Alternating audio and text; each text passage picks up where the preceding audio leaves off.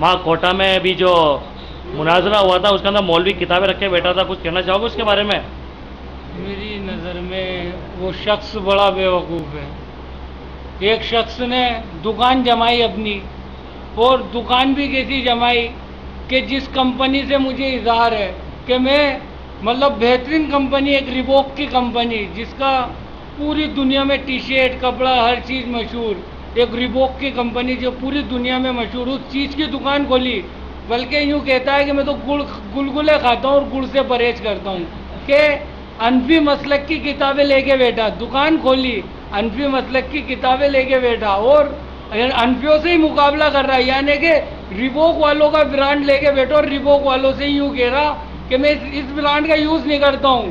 تو آپ بھی اندھا تھوڑی ہے، برانڈ کے اوپر لکھا ہوا ہوتا ہے بھائی، کوئی سے ہی برانڈ لو، تم سارس کا دودھ لو گے تو سارس لکھا ہوا ہوگا، لکھانی کا لاؤ گے تو لکھانی، جوکی کا لاؤ گے تو جوکی۔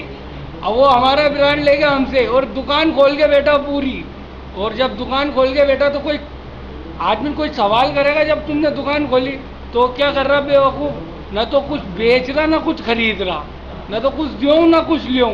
تو یہ کیا ہے؟ یہ پاگل لوگوں کی نشانی ہے۔ انہیں آپ سیدھے سیدھے الفاظ میں پاگل کہہ سکتے ہو، منکر کہہ سکتے ہو، شیطان کہہ سکتے ہو۔ آپ انہیں سمیع اللہ اللہم انی اعوذ بک من فتنۃ غیر مقلد۔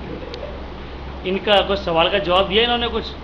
جواب، جس دکان میں کھوکھلی بنیادوں سے کبھی جنگ جیتی جاتی ہے کیا؟ جنگ جیتنے کے لیے ہتھیار ہونا ضروری ہے۔ اب جس دکان میں اپنا کوئی مال نہ ہو دکان کبھی چلتی ہے؟ اور کھوکھلی آج اگر ہم کسی چیز سے جنگ لڑنے جائیں گے تو ہم اپنا ہتھیار لے کے جائیں گے۔ اب جن کے پاس کوئی ہتھیار نہیں ہو، بھئی ہمیں کیا دیکھتا ہے کہ ایک بہترین ٹیبل بنا دو آپ، اور بہترین ٹیبل کے اندر اگر دیمک لگ گئی تو خالی بہترین دکھائی دے گی لیکن وہ کام میں کچھ نہیں آئے گی، ایک لات کی دیتے ہی پوری ٹیبل کیا ہوگی؟ تیز نیست ہو جائے گی۔ اسی طرح سے وہ بہترین ٹیبل ہے خالی دور سے دکھنے میں، جیسے اللہ کے نبی نے فرمایا کہ دنیا مچھر کا پر ہے لیکن کیا نظر آتی ہے کہ بہت خوبصورت ہے۔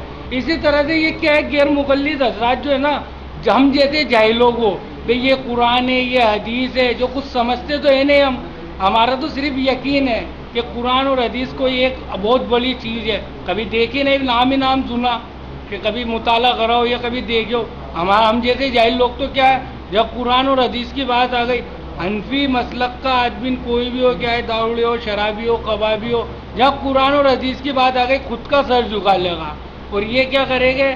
کیا کوئی سی بھی کتاب، جب ان کی کتابوں سے کام، یہ جب ان کی پھنسنے کی بچی آتی ہے، جیسے رضیہ گنڈوں میں پھنس جاتی ہے نا، رضیہ گنڈوں میں پھنس جاتی ہے تو کسی کا بھی سہارا لیتی ہے پھر۔ اسی طرح سے یہ ایک رضیہ کہہ سکتے ہیں اپن انہیں، جب یہ گنڈوں میں پھنس جاتی ہے تو یہ اجماع امت پہ بھی آ جاتی ہے، یہ اماموں کو بھی فرق مان لیتے ہیں۔ یہ جب اپنی پھنسنے کی بچی آتی ہے تو ہر چیز کا استعمال پہ آ جاتے ہیں، یہاں تک کہ اور جب نئے نئے آدمی آتے ہیں صرف ہم تو دو ہی چیزیں مانتے ہیں، اللہ کی کتاب اور اللہ کے رسول کی حدیث، جو کہ ان کی پوری زندگی میں نہیں ہے۔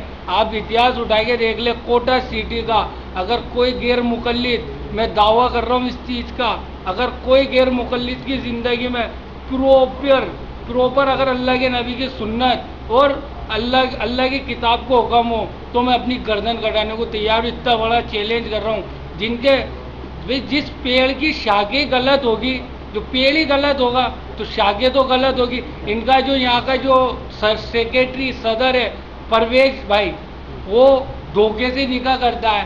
ان کا جو عالم ہے مونٹو، اس نے ایک لڑکی کو بگا کے لے گیا۔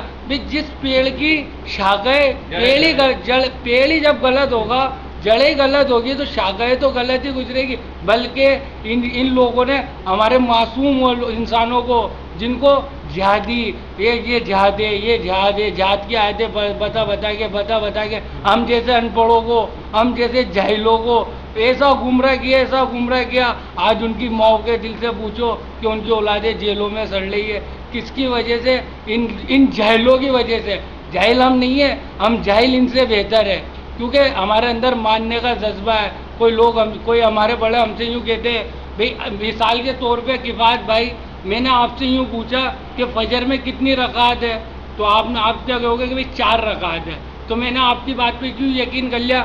آپ کو میں نے نبی نہیں مانا، آپ کو میں نے فرشتہ نہیں مانا، کیوں یقین کر لیا؟ کیونکہ آپ کے بعد اللہ کے نبی کا دین ہے، جس کے بعد دین ہوگا اس کی بات ہم رکھ لیں گے۔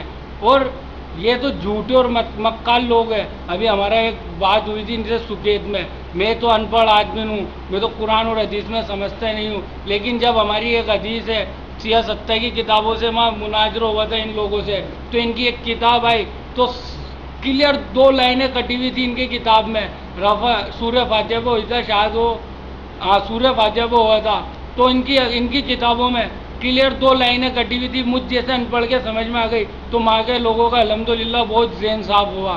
ان کا کام کیا ہے؟ جس طرح سے شیطان کے بچے کا نام ہے نا اہل الحدیث، بس یہ لوگ نمازوں میں وسوسے ڈالنا کا کام ہے ان کا، کہ تم نے سورہ فاتحہ نہیں پڑھی تو تمہاری نماز نہیں ہوگی، تم نے رفع دین نہیں کرا تو تمہاری نماز نہیں ہوگی، بلکہ ان کی نماز جب یہ الجھتے ہیں تو یاد ہی کیا کہتے ہیں کہ ہم آگے تحقیق کریں گے، اس کا مطلب یہ اتنے دنوں سے بیکار کسی مطلب کے دین پہ نہیں چل رہے تھے۔ جس چیز کی تحقیق نہیں ہو اس چیز پہ کیا چلنا؟ جس چیز کی تحقیق ہوگی، آج یہ کپڑا صاحب یہ کاٹن کی شرٹ ہے تو میں اسے پہنوں گا کہ گرمی میں فائدہ مند ہے، اب میں کاٹن کو اگر تیلی کوٹ کو اگر کاٹن سمجھ کے پہنوں گا تو گرمی میں نقصان دے گی، ہلایا بھی کرے گی، گھوملی بھی کرے گی، ہر طرح سے نقصان پہنچائے گی وہ۔ اسی طرح سے یہ کیا کرتے کہ اوپر تو قرآن اور حدیث کا لباس پہن لیتے اور اندر سے بالکل کھوکھلے، ان کی دلائلیں کھوکھلی ہے، ان کے پاس کچھ بھی نہیں ہے۔ آگے کے سماچار بارش کے بعد۔